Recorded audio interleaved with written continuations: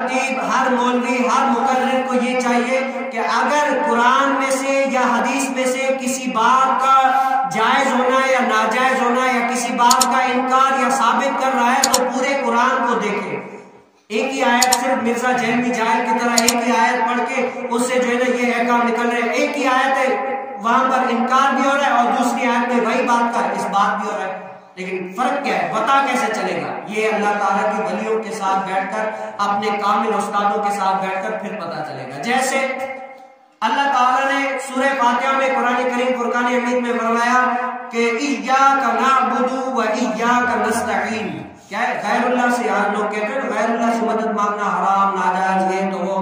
اللہ تعالیٰ کا قرآن کیا ہے؟ ایاک نعبد و ایاک نستعین. اے اللہ ہم تیری عبادت کرتے ہیں اور تجھ ہی سے مدد چاہتے ہیں. کیا ہے؟ تجھی سے مدد چاہتے ہیں.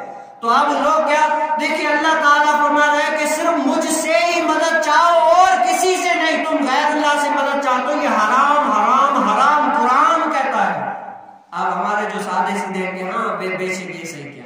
اسی لیے علماء کی اور خطبہ کی مولوی کی ذمہ داری ہے کہ قرآن کو ہر جگہ دیکھیں. اگر کہیں اس بات ہو رہا ہے کسی بات کا انکار ہو رہا ہے دوسری بات میں اسی بات کا جو ہے نا وہ ثابت اس بات ہو رہا ہے تو پورے قرآن کو دیکھیں نتیجہ نکالے کہ آخر قرآن کہنا کیا چاہتا ہے.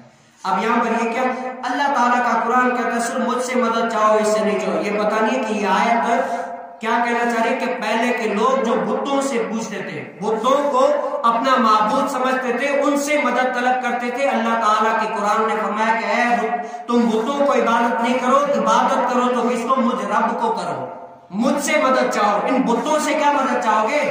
یہ بت تمہاری کیا مدد کریں گے؟ لیکن یہاں پر یہ سادے سادے لوگ ہمارے ان کو جو ہے نا یہ ملا ہٹا لیتا ہے. اب آئیے غیر اللہ سے مدد مانگنا جائز ہے یا نہیں ہے؟ قرآن سے پوچھتے ہیں. دوسری جگہ اللہ تعالیٰ قرآن کریم فرقان حمید میں فرماتا ہے وَاسْتَعِينُوا بِالصَّبْرِ وَالصَّلَاةِ. کیا فرماتا ہے؟ وَاسْتَعِينُوا بِالصَّبْرِ وَالصَّلَاةِ. مدد چاہو صبر سے اور نماز سے. اب بتاؤ وہاں پر کیا غیر اللہ سے غیر اللہ یعنی اللہ کے علاوہ غیر اللہ سے مدد مانگنا حرام ناجائز یہ. اور قرآن پھر دوسری جگہ کیا فرمایا وَاسْتَعِينُوا بِالصَّبْرِ وَالصَّلَاةِ. مدد چاہو صبر سے اور نماز سے. نہ صبر خدا ہے نہ نماز خدا ہے. کیا ہے؟ نہ صبر خدا ہے نہ نماز خدا ہے. لیکن پھر پتا کیسے چلے گا؟ اللہ تعالیٰ کیا فرمانا چاہ رہا ہے کہ اللہ تعالیٰ کو یہ صبر اور نماز بہت پسند ہے اسی لیے اللہ تعالیٰ نے فرمایا کہ صبر اور نماز سے مدد چاہو. تو آیت سے پتا کیا چلا؟ اللہ تعالیٰ فرما رہا ہے کہ میری پسند سے مدد چاہو. کیا کرو؟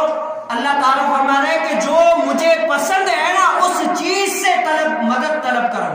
تو اللہ تعالیٰ کو نماز پسند ہے صبر پسند ہے. الحمدللہ اللہ تعالیٰ کو اللہ کے اولیاء بھی پسند ہے. سبحان اللہ. اللہ تعالیٰ کو اللہ تعالیٰ کے اولیاء بھی پسند ہے. داتا علی مجبری بھی پسند ہے. غوث اعظم بھی پسند ہے. پیر مہر علی شاہ صاحب بھی پسند ہے.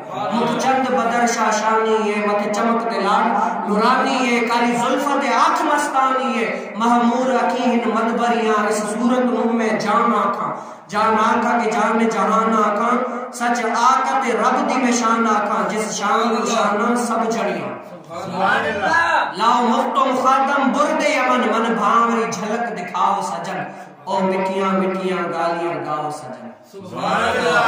اس دین کو پھیلانے کے لیے اور اس دین قرآن کو سمجھنے کے لیے اولیاء کرام کے پاس آنا پڑے گا کامل استادوں کے پاس جانا پڑے گا. ایسے نہیں آج تو لوگ نیٹ کے اوپر بیٹھ کر ایک کمرے میں بیٹھ کر بہت ساری خرافات پھیلا رہے ہیں.